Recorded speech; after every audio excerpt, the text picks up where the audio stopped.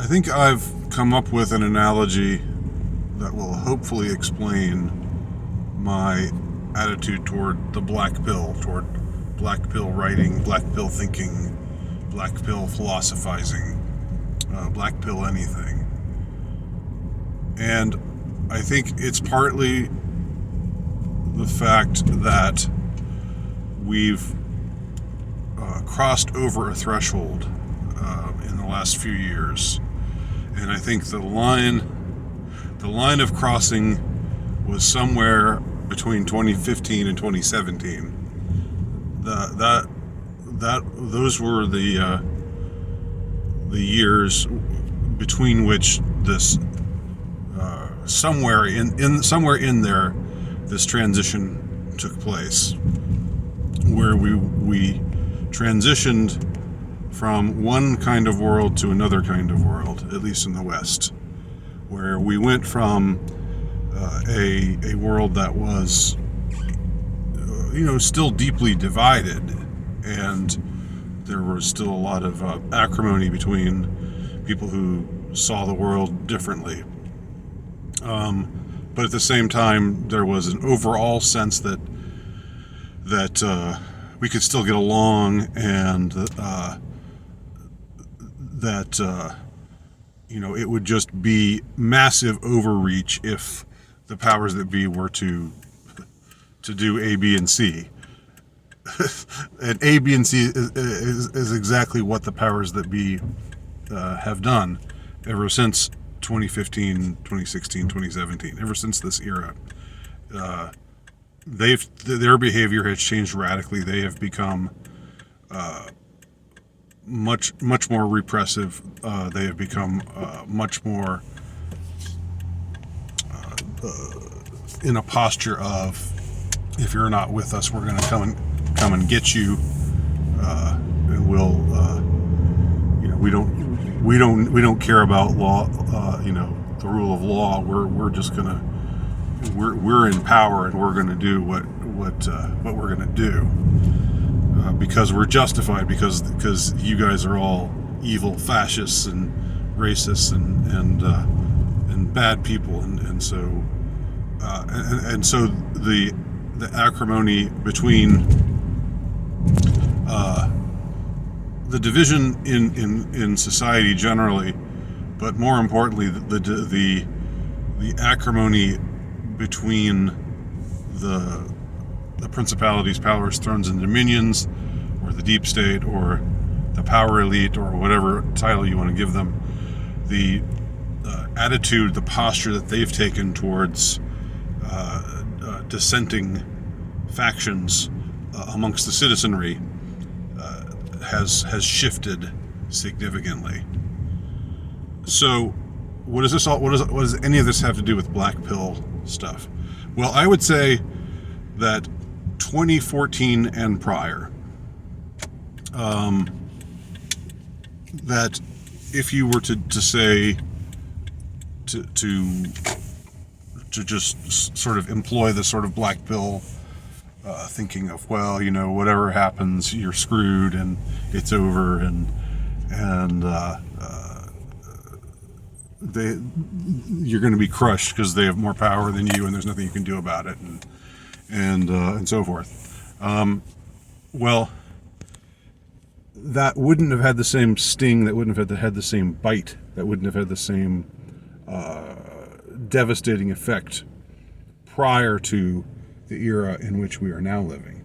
The era in which we are now living is one in which we don't really need to be told. We don't really need to be reminded how shitty things are. We need to be shown that there is a possibility for something better.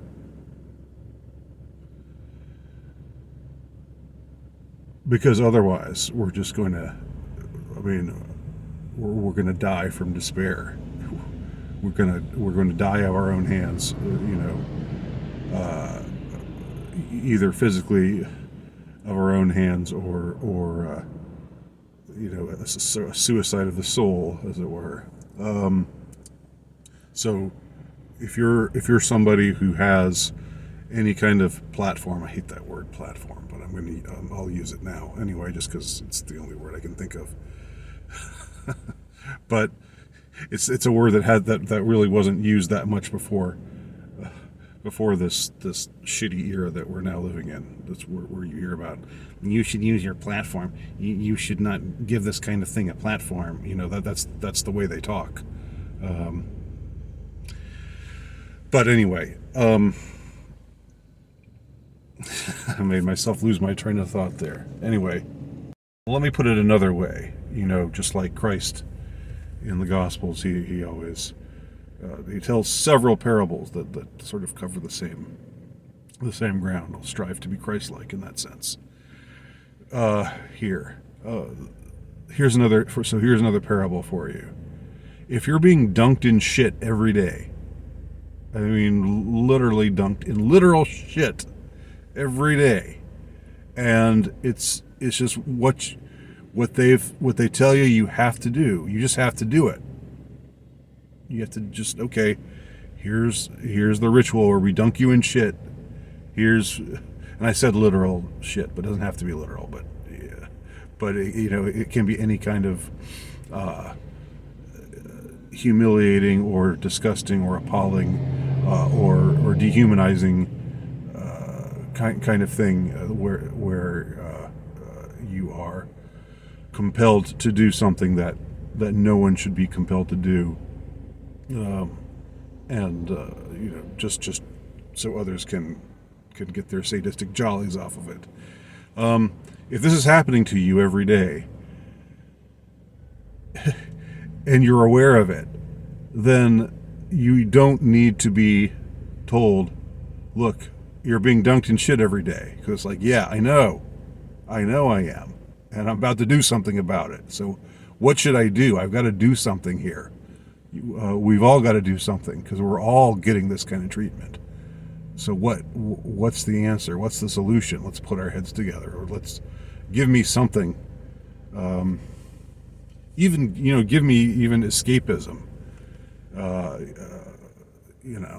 Help me take my mind off of how terrible my life is for a couple of hours or so. That's more of a gift than telling me, telling me that I'm being dunked in shit every day and there's nothing I can do about it because it's over and we're all screwed and so forth. And they have more power and they say you have to do it, so you have to do it, and that's all there is to it. It'd be one thing if you were being dunked in shit every day and you were denying it. It'd be one thing if you were being dunked in shit every day and you were just shrugging your shoulders and saying, "Oh, it's not so bad," or somehow trying to minimize what's taking place. But then in that kind of circumstance, then you would need somebody to say, look, man, look at what's happening to you. Look at what they're making you do. This isn't right. Don't you feel humiliated? You got to do something about this. But I think we're past that point. I think people are mad. People have largely, not everybody, but I mean, people to a great extent have woken up. Or a lot of people have woken up at least to the point where they know that things aren't right. And so there's a great, this is the winter of our discontent. So that being the case, what we need to do is, if you are any kind of if you're an artist or a writer or a commentator or whatever, if you've got people's attention in some way or other, you have an obligation to give them something that will help them. And the black pill is not helping them right now, right? I mean, maybe it's better when people aren't aware that things are so bleak, to call attention to the bleakness. But after now that we're in it, up to our eyeballs, how are we going to get out of it? What do we do? It's, even if you don't know, you got to offer something besides, oh, you're screwed, it's over, and so forth, and just sort of being smug about how much pain and misery there is in the world. You can't do that. That's unconscionable. That's basically aiding and abetting the enemy. So there you have it. 2 whole colorful metaphors. Hopefully this makes my point clearer. I don't know. Let me know below. Thanks for watching.